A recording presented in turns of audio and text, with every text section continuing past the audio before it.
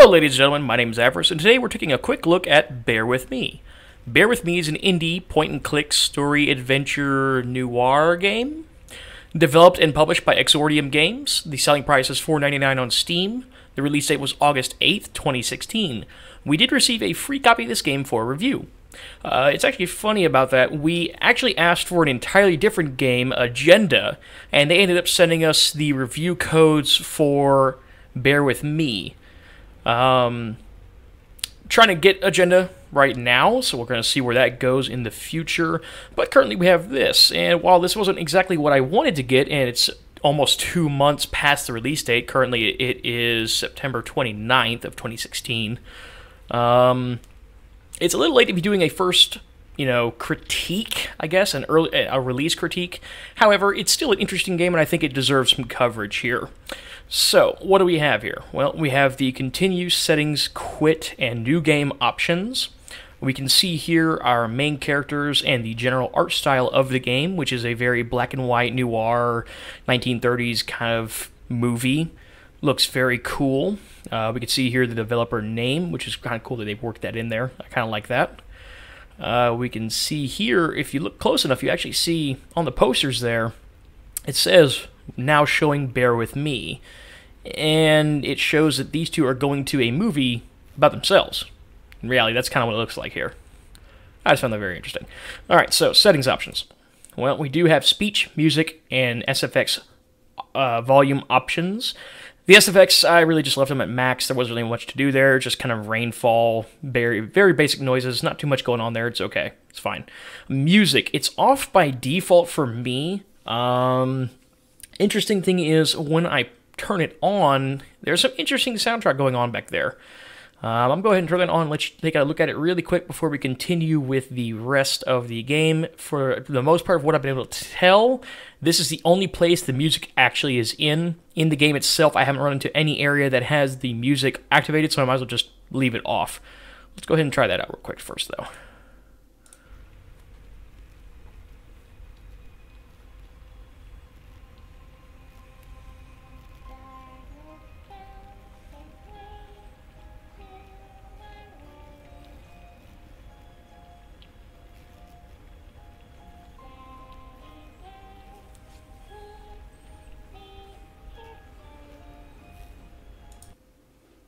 Very creepy and silent kind of music. I'm interested in how that's going to take place in the game.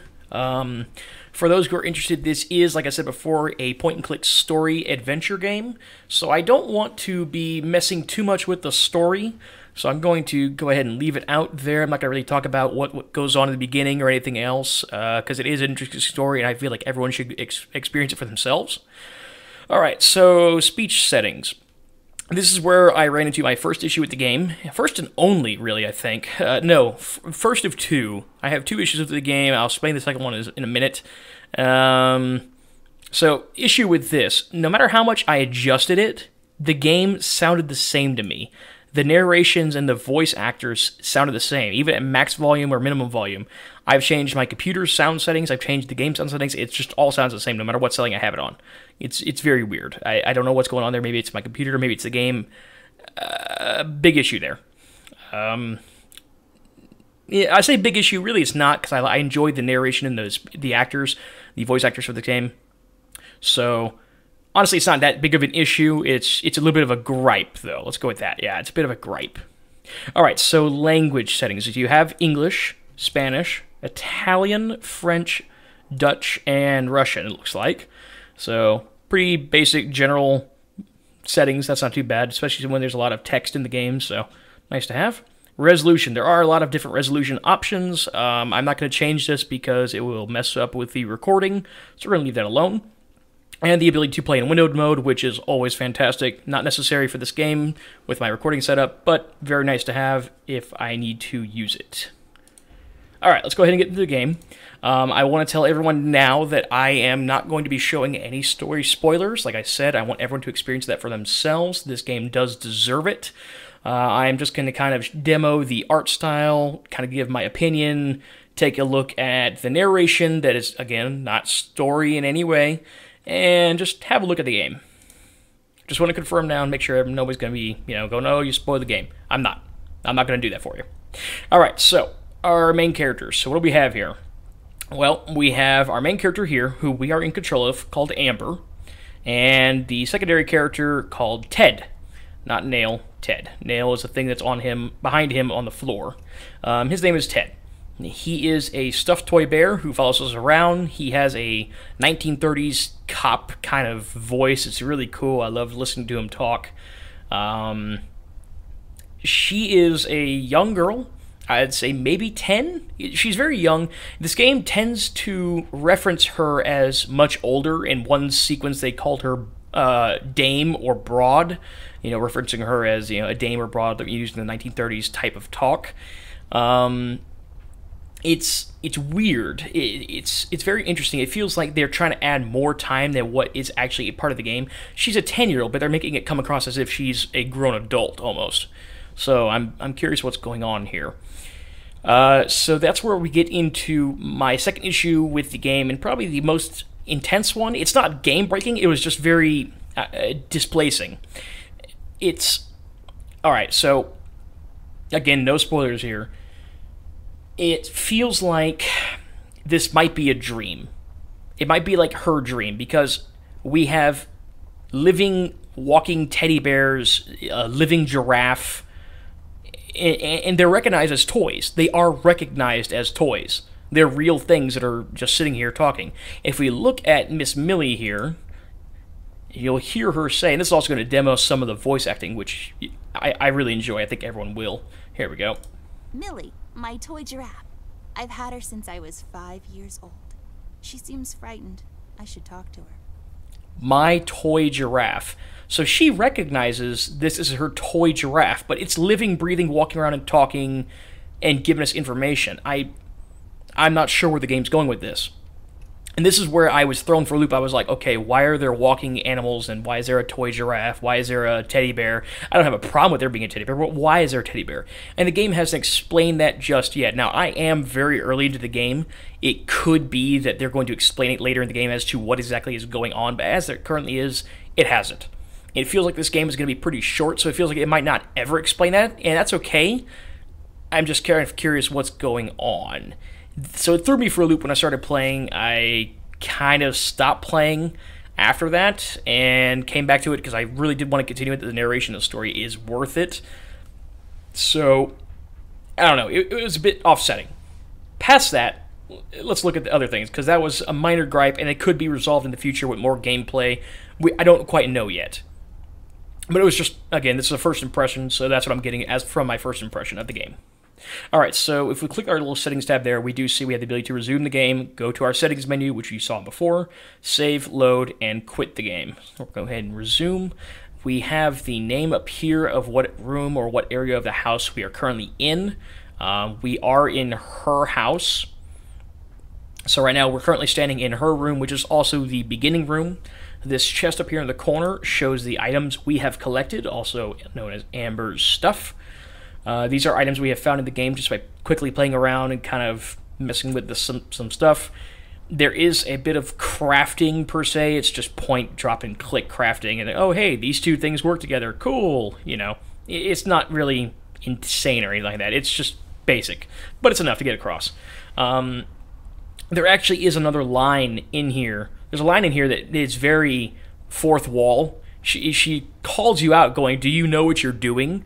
I'm going to go ahead and try to combine some of these. These won't work together, so I'm going to go ahead and try to combine some of these to see if she'll say that, because I just want everybody to hear that. I can't use that. No. I can't use that. No. Come on. I can't use that. I can't use that. Yes, we get it. You can't use that. I can't use that. Come on. I don't think so. Come on. Come on. There are times where she says it consistently. There are times where she won't ever say it at all. Are you even trying? There we go. Are you even trying? Fourth wall straight up. Are you even trying at this game? No, actually, I'm not. I'm trying to get you to say that line. Alright, so past that, it's a standard point-and-click adventure game. We can look at the bed. I do enjoy this little bit of dialogue, by the way. It's my bed. It comes with all the luxuries a bed should have. This is my bed. There are many beds like this, but this one is mine. Love that. If you get that reference, good on you. The dialogue in this game is fantastic. I enjoy listening to Ted talk as well. We should check the rest of this floor for clues, Dollface. Try and find as many as you can. Dollface. I just love the use of that word. And they're intentionally going, like, full fedora here. They're going all out on it. They're, Dollface, Dame, Babe. We should go check this out, Doll. It's great. I love listening to Ted talk. I'm not going to talk to him too many times. There is a little bit of a story plot he could drop in there. I don't want to spoil for anybody. So we're going to go ahead and just kind of keep looking around here. Just my stuff. I still haven't unpacked properly. It's just a window. Don't let this crippling amnesia get to you. You can do this. And she'll say interesting things like that, and it's kind of annoying. It's kind of nice because it makes you want to just click and look at everything in the room, in the house. I enjoy it a lot. And now I want to show some of the voice acting for Millie. However, I don't want there to be any spoilers, so for the sake of this, I'm not going to. Yeah, I'm not going to just because I don't want anybody getting spoiled. Her voice acting is really good, much like all the other voice actings in this game. Very good acting, so it's enjoyable. Should definitely check it out for that. Alright, so this is the second area you move into. Really, yeah, second area you move into. Take a look at. First thing that drew my attention was this. And this is kind of throwing me into the, again, we're in her head, it's a dream. Because why is there a shoelace in the wall? Why is there a shoelace holding the wall together? And if you look at it... That's just... It's just weird. Yep, it's weird. They acknowledge that this is frickin' weird. So, I don't know what's going on. I really don't.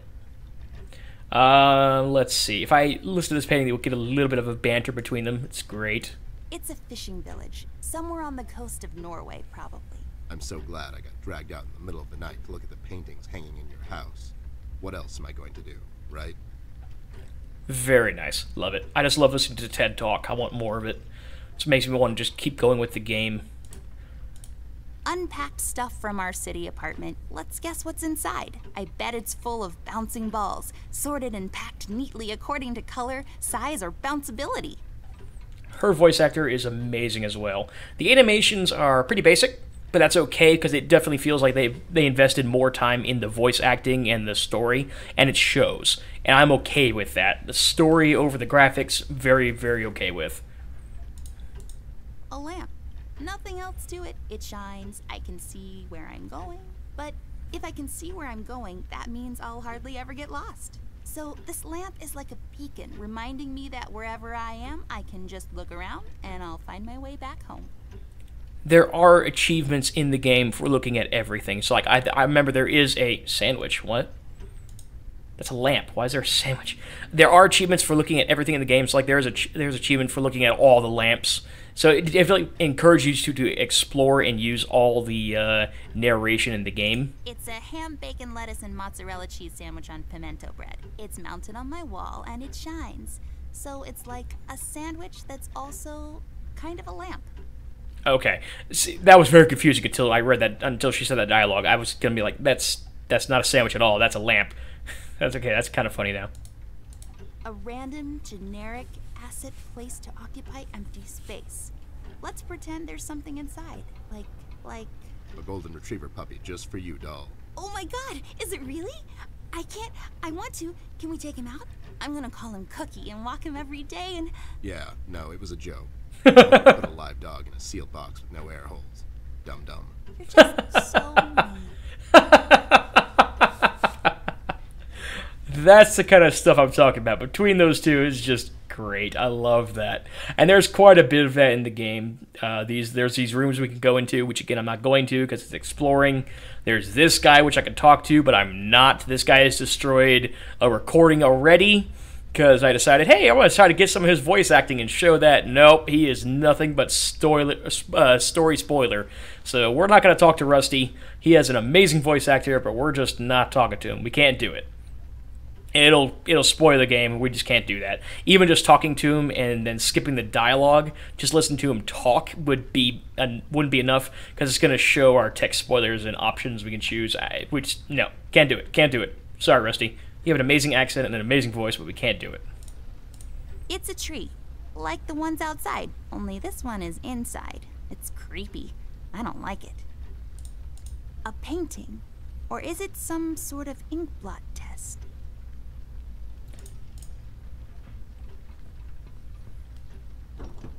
There should be a key around here somewhere, unless someone took it. Interesting.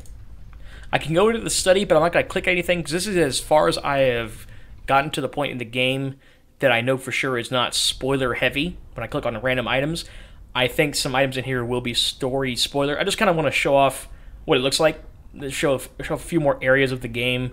Yeah, I haven't made it too far into the story, because I don't know how far it goes or where it goes. There's talks about going to different areas and going different places, so I want to avoid those spoilers. I just wanted to kind of demo some of the art here, because the art is really good. It is nice looking art. It's very basic, simplistic comic art, but I'm okay with that. It looks fantastic. And again, the narration and the dialogue between characters, really good. Story, I've been confused in some areas already. There's some areas that just kind of don't make sense to me, but that's okay, because I feel like it's a story game. It will explain itself in time, and it doesn't want to just shotgun you with information right out the gate. So this is gonna be a quick, it's like a quick critique, guys, because I'm sorry, there's nothing else I can really give y'all on this. There's only so much I can show without, spoiling the game. But yeah, so final verdict: would I buy it? It's $4.99, and in the 20 minutes or so of gameplay I have had, I've enjoyed a lot of it. I've enjoyed the dialogue and the banter. The art style is appealing. It'd be nice if there was just kind of some noir music going on in the background. I might throw it on, pull up a video and just play it on loop or something like that. But it'd be nice if that was going on in-game. As it is, the game feels somewhat empty. I don't know if that's kind of what they're going for as a theme or not. It doesn't feel uncomfortable or weird. It'd be nice to have. I guess I'm just used to having soundtrack and music with my games. So, not a bad game. I would buy it. For $4.99, I would definitely buy it. It's a great story. I'm glad they sent this to me by accident. I very much appreciate it, Exordium Games. Thank you a lot for giving me the chance to do this review. Yeah, great game. I recommend it. Bear with me, ladies and gentlemen, for those who are interested. Thank you very much for watching. Please remember to subscribe for more videos every day. If you like my work, feel free to like this video. If you did not, the dislike button is not that far away. Please visit me on Patreon if you would like to support the channel at patreon.com/burstyourgame, where a $1 donation makes every bit of a difference and allows me to increase the quality of my work. Also follow me on Twitter to get daily notifications of my content at burstyourgame.